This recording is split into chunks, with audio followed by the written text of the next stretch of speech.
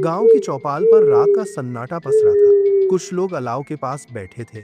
हवा में ठंडक थी और दूर कहीं कुत्ते के भौंकने की आवाज आ रही थी। हर किसी के चेहरे पर हल्की चिंता झलक रही थी। तुम लोगों ने सुना? फिर से उस पुराने मकान में लालटेन जलती देखी गई है। हाँ, और कहते हैं जिस भी ने उस लालटेन को छुआ वो कभी पहले जैसा नहीं रहा। वो मकान वर्षों से वीरान पड़ा है। पहले वहाँ एक बूढ़ा चौकीदार रहता था। लालटेन ही उसकी जान थी। कहते हैं उसकी मौत के बाद भी उसकी आत्मा उसी लालटेन के साथ बंधी हुई है। सुनते ही लोगों की रीढ़ में सिहरन दौड़ गई। इसी बीच राहुल नाम का युवा, जो गांव का सबसे निडर माना जाता था, वहां पहुंचा। वह सबकी बातें सुनकर मुस्कुराया। अरे, ये सब बस अंधविश्वास है। भूत प्रेत जैसी कोई चीज नहीं होती। तुम लोग डरपोक हो। राहुल, तुम्हें मजाक लग रहा है, पर सच कहता हूँ, उस मकान में रात को मत जाना। राहुल की आंखों में चुनौती की चमक थी। ठीक है, कल रात मैं खुद जाऊंगा उस मकान में, और अगर वहां लालटेन सचमुच मिली तो उठा लाऊंगा सबके सामने। फिर देखता हूँ कौन कहता है भूत है। गांव के लोग एक दूसरे का चेहरा देखने लगे। माहौल और भी भारी हो गया। अलाव की लपटें तेज हुईं, मानो चेतावनी दे रही हो। दूर कहीं से हवा का झोंका आया और किसी ने फुसफुसाते हुए कहा, उस लालटेन को मत छूना। लोग डरकर चारों ओर देखने लगे, लेकिन वहां कोई नहीं था। सन्नाटा इतना गहरा था कि हर किसी का दिल जोर से धड़क रहा था। राहुल ने बस कंधे उचकाए और हंसते हुए घर चला गया, लेकिन गांव वालों के चेहरे पर डर और बढ़ गया। सबको लग रहा था कि आने वाली रात कुछ भयानक लेकर आएगी। रात घटा दी जा रही थी। आसमान में काले बादल छाए थे और बीच बीच में बिजली चमक रही थी। पूरे गांव में सन्नाटा था, सिर्फ झिंगुरों की आवाज गूंज रही थी। राहुल अपने हाथ में एक टॉर्च लेकर पुराने मकान की ओर बढ़ा। उसके कदमों की आवाज सूनी गलियों में गूंज रही थी। अचानक पीछे से उसकी दोस्त सुमित दौड़ता हुआ आया। राहुल, सच में जा रहा है तू? लोग कहते हैं वहां से अजीब आवाजें आती हैं। डरपोक मत बन। आज रात सबका डर खत्म कर दूंगा। बस देखता जा। दोनों मकान के सामने पहुंचे। टूटी हुई खिड़कियां, जंग लगे दरवाजे और सूखे पेड़ उस हवेली को और भी भयानक बना रहे थे। हवा चलने से दरवाजा खुद ब खुद चरचराता हुआ खुल गया। ना नहीं, मैं अंदर नहीं जाऊंगा। ठीक है, तू यहीं रुक, मैं जाकर सच लाता हूँ। राहुल टॉर्च जलाकर अंदर गया। अंदर धूल और जाले हर जगह फैले थे। लकड़ी का फर्श चटकता था, जैसे कोई उसके कदम गिन रहा हो। वहां एक लालटेन जल रही थी। तो ये है सबकी डर की जड़। और तभी एक धीमी कांपती हुई आवाज सुनाई दी। वो लालटेन मत छुओ। राहुल ठिठक गया। उसकी टॉर्च अपने आप बंद हो गई। अब कमरे में सिर्फ उसी लालटेन की हल्की रोशनी थी। कौन है? सामने आओ। लेकिन जवाब सिर्फ वही गूंजती फुसफुसाहट थी। मत छुओ, ये मेरी है। सुमित बाहर से दरवाजे पर जोर जोर से आवाज दे रहा था। राहुल, जल्दी बाहर आ जा। राहुल की नजर लालटेन पर टिकी रही। उसका दिल तेज धड़क रहा था। राहुल धीरे धीरे लालटेन की ओर बढ़ रहा था। कमरे में बस उसी की पीली कांपती लौ जल रही थी।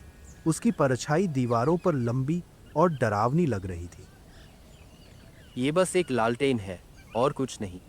लेकिन जैसे ही उसने हाथ बढ़ाया, लौ अचानक लाल हो गई। ठंडी हवा का झोंका उसके चेहरे से टकराया। अचानक कमरे के कोने से खड़खड़ाहट सुनाई दी। पुराने लकड़ी के अलमारी का दरवाजा अपने आप खुला और अंदर से टूटी फूटी चीजें गिरने लगी। राहुल का दिल जोर जोर से धड़कने लगा। कौन है वहां? सामने आओ। लालटेन मेरी है। राहुल ने इधर उधर देखा, लेकिन कोई नहीं था। तभी उसने शीशे की टूटी खिड़की में देखा कि उसका प्रतिबिंब उसे देख रहा है। लेकिन अजीब बात यह थी कि उस प्रतिबिंब के हाथ में लालटेन पहले से ही थी और वह डरावनी मुस्कान दे रहा था। राहुल पसीने से भीग गया। वह पीछे हटने ही वाला था कि अचानक लालटेन खुद जमीन से ऊपर उठ गई।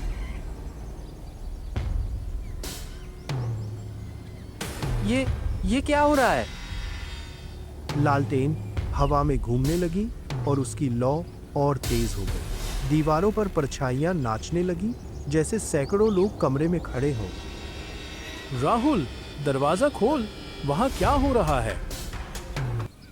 राहुल कुछ बोलने ही वाला था कि अचानक लालटेन की लौ काली हो गई। अंधेरा पूरे कमरे में छा गया। राहुल चीख उठा। अब तुम भी मेरे साथ? कमरे में घना अंधेरा छा चुका था। लालटेन की काली लौ धीरे धीरे नीली चिंगारियों में बदल गई। राहुल इधर उधर हाथ मारता रहा, लेकिन उसे कुछ दिखाई नहीं दे रहा था। अचानक उसके कानों के पास फुसफुसाहट सुनाई दी। भाग नहीं सकते, अब तुम भी यहीं रहोगे। कौन हो तुम? सामने आओ।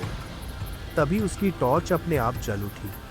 रोशनी में राहुल ने देखा कि कमरे के बीचों बीच वही बूढ़ा चौकीदार खड़ा था जिसके बारे में गांव वाले कहते थे। उसकी आंखें खोखली थीं और हाथ में टूटी हुई लालटेन की चेन पकड़े हुए था।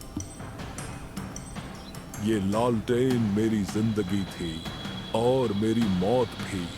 जिसने इसे छुआ वो कभी बाहर नहीं निकल सका। बाहर से सुमित की आवाज गूंज रही थी।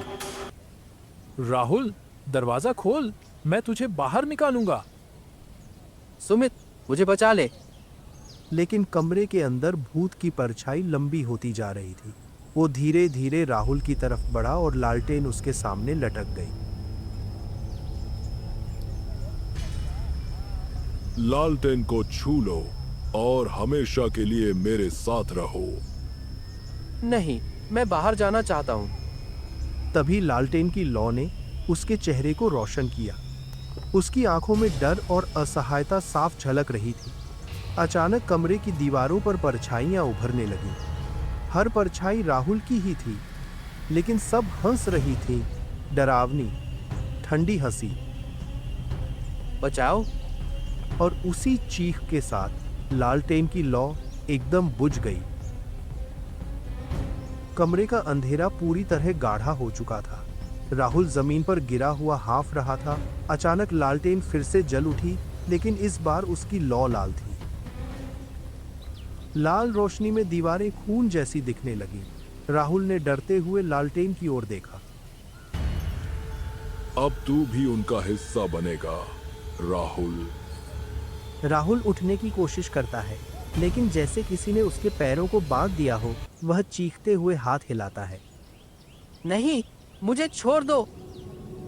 अचानक लालटेन जमीन से ऊपर उठकर सीधे उसके सामने आ गई। उसमें जलती लौ और जोर से कांपने लगी। राहुल की परछाई खींचकर लालटेन के अंदर समाने लगी।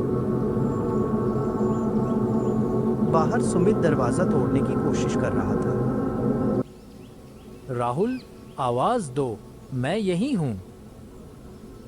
लेकिन अंदर से सिर्फ राहुल की चीख सुनाई दी, एक आखिरी बेहद डरावनी चीख। फिर सब कुछ शांत हो गया।